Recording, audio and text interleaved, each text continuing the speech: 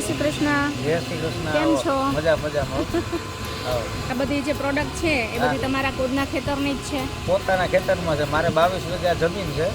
ગામ આલીદ્રા, તાલુકો મેંદરડા, જિલ્લો જુનાગઢ. ઓકે, બરોબર. આ અમે બધી અમારા ખેતરની પ્રોડક્ટ છે. રાઈ છે, બધી ઘઉં છે, ચણા છે, તુવેર છે, તુવેર ત્યાં કોસ્મેટિક પ્રોડક્ટ આવે છે એ આપણે જયપુરથી આવે છે.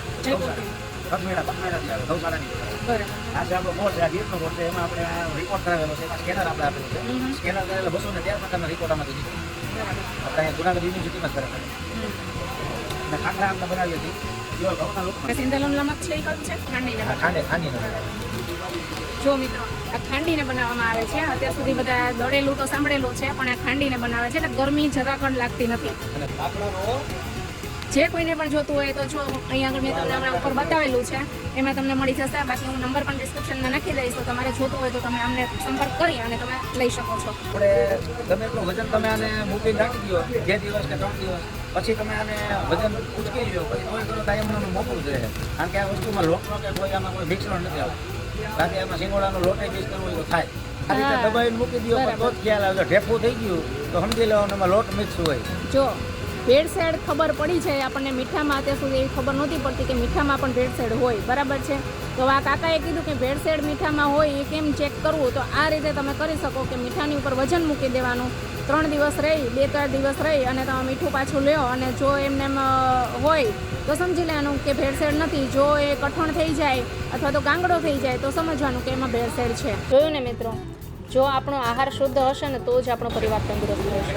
તો ચાલો આપણે સૌ સાથે મળીને મિલેટ મહોત્સવનો પૂરેપૂરો લાભ લઈએ અને પ્રાકૃતિક જીવનશૈલી તરફ એક ડગલું આગળ માંડીએ. તમે જે વસ્તુ ટેસ્ટ કરી છે એ તમને કેવું લાગ્યું છે? સરસ લાગે છે. જુવારની વધારે મજા આવે. આ કયા કયા લોટમાંથી બનાવેલી છે ભાઈ પ્રોડક્ટ? આ છે બાજરીમાંથી, હા, આ છે જુવારમાંથી, આ છે મલ્ટીગ્રેનમાંથી. બરાબર. આ છે મલ્ટીગ્રેનમાંથી બનાવેલા બિસ્કિટ, પણ ખાવામાં એટલા ટેસ્ટી છે ને એવું ના લાગે કે આપણે બીજા કોઈ બિસ્કિટ ખાયા છે. આપણે મેંદાના બિસ્કિટ ખાયા છે ને એના કરતાં બેટર છે કે આ ખાવા જોઈએ આપણે. આ છે બાજરીના છે, આ છે જુવારમાંથી. અને આ છે જુવારના બિસ્કિટ. સ્વાદમાં એટલા મસ્ત છે અને હેલ્થ માટે પણ બહુ સારા છે. તો હું તો એવું જ કહું કે આ બિસ્કિટ જ આપણે ખાવા જોઈએ અને લેવા જોઈએ. અને આ છે બાજરીના લોટમાંથી બનાવેલા બિસ્કિટ. જો તમે જોઈ શકો છો, મેં બધામાંથી ટેસ્ટ કર્યું અને ટેસ્ટ વાઇઝ એટલા સરસ છે ને કે એમ થાય કે નહીં હવે તો આ જ બિસ્કિટ ખાવા જોઈએ. મેંદાને આપણે અલવિદા કહી દેવો જોઈએ.